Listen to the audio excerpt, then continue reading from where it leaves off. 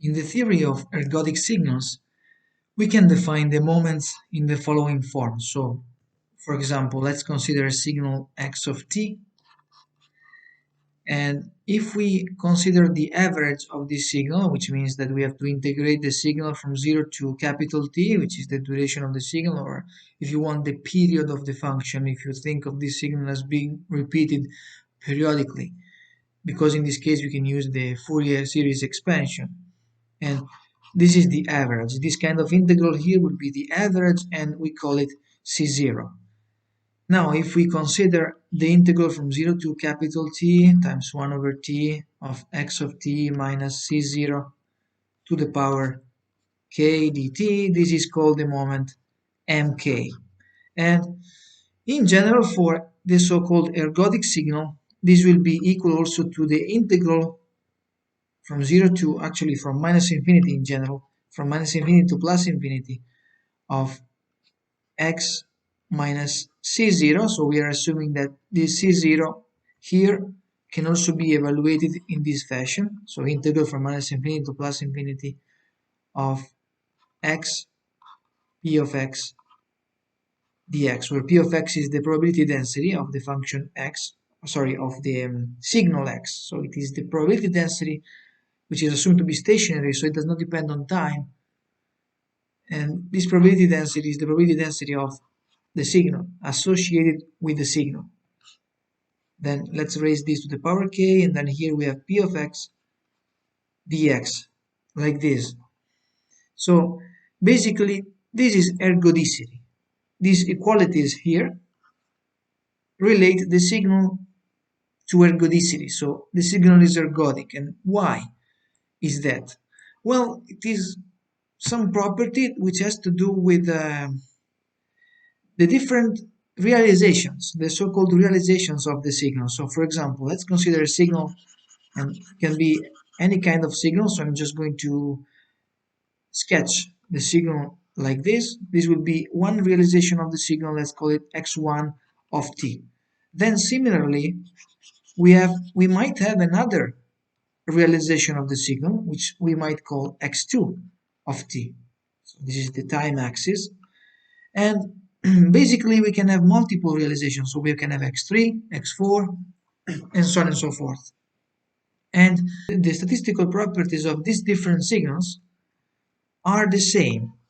So it means that this signal x1 will have a probability density p of x, and similarly this signal here will have the same probability density p of x.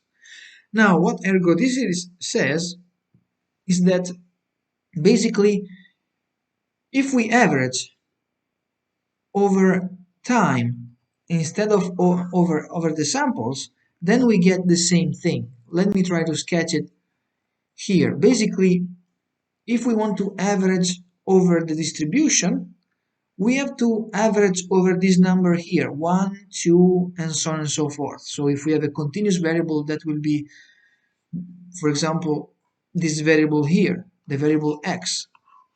But in general, if we want to average over the distribution, we have to average over this number here. So we will have x1 of t plus x2 of t plus dot dot dot. Let's assume that we have a discrete number of samples plus xn of t, and then we divide by n in the limit as n goes to infinity.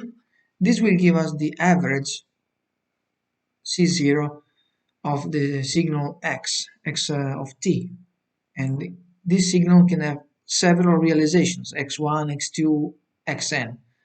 But ergodicity states that instead of averaging the signal over this integer here, which is related to the number of realizations, the realizations of the signal, we average the signal, for example, x2 over time. So we're going to average it over time from 0 to the duration of the signal, and then we divide by t. Then we are going to get the same thing. So basically this is the intuition behind these formulas here. Now we assume that ergodicity holds, and therefore we can calculate the moment mk as an integral from minus infinity to plus infinity x minus c0 to the power k p of x dx. Now let's multiply both sides of this equation by I omega to the power k over k factorial, and then sum over k from 0 to infinity. What we get is summation over k from 0 to infinity mk I omega to the power k over k factorial. This is equal to the integral from minus infinity to plus infinity. And here, when I consider this summation, this multiplied by this, and we sum from k equal to 0 to infinity, we will get a complex exponential. In particular, here we get p of x e to the I omega x minus c0 dx, like this.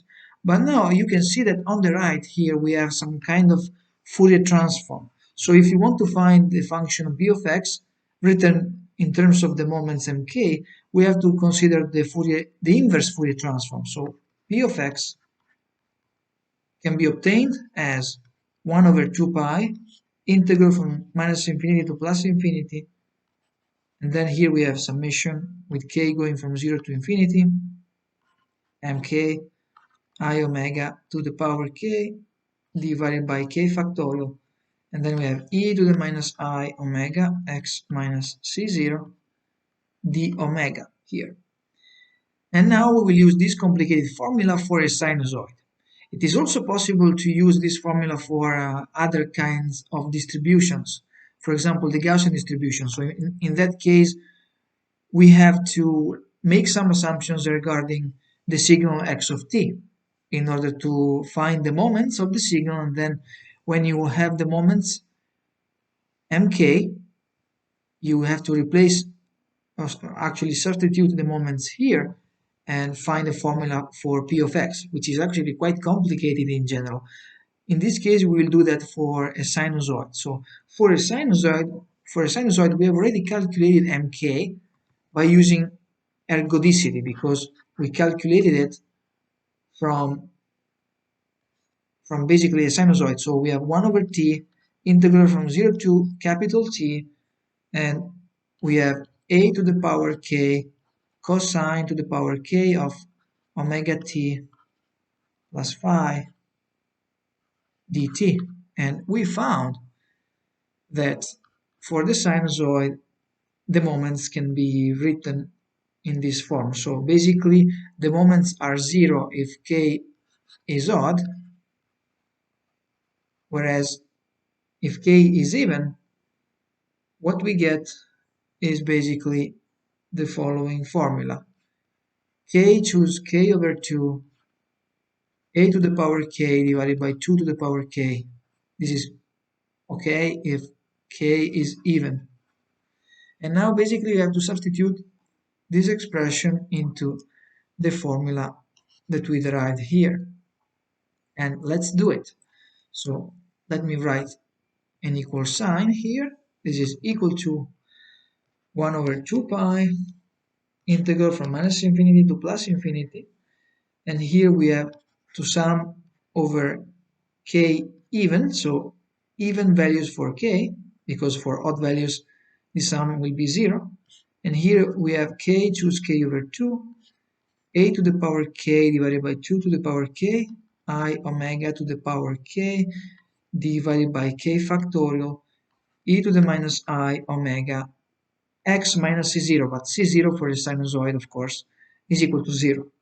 And this is equal to, now we can write it like this, 1 over 2 pi integral from minus infinity to plus infinity. And then let me rewrite the formula like this, summation over even values for k, so k even. And here I'm going to rewrite it like this, minus a omega squared over 4 raised to the power k over 2, and then we divide by k over 2 factorial squared, and this comes from writing out this binomial coefficient. And then we have e to the minus I omega x d omega. And now we can use another formula that we derived in the previous video. So this summation here can also be represented with an integral. In particular, we showed that this is equal to 1 over pi integral from minus a to a e to the minus I omega x prime divided by the square root of a squared minus x prime squared dx prime.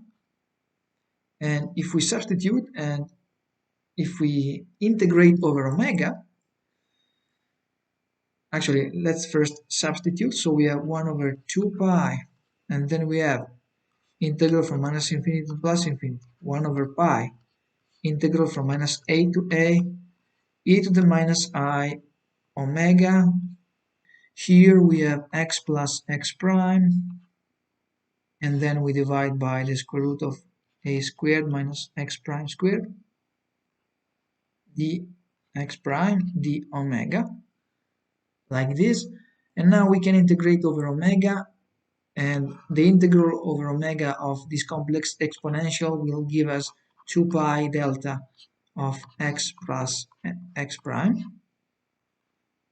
And then when we integrate over x prime, we are going to get rid of this delta because it will give us 1.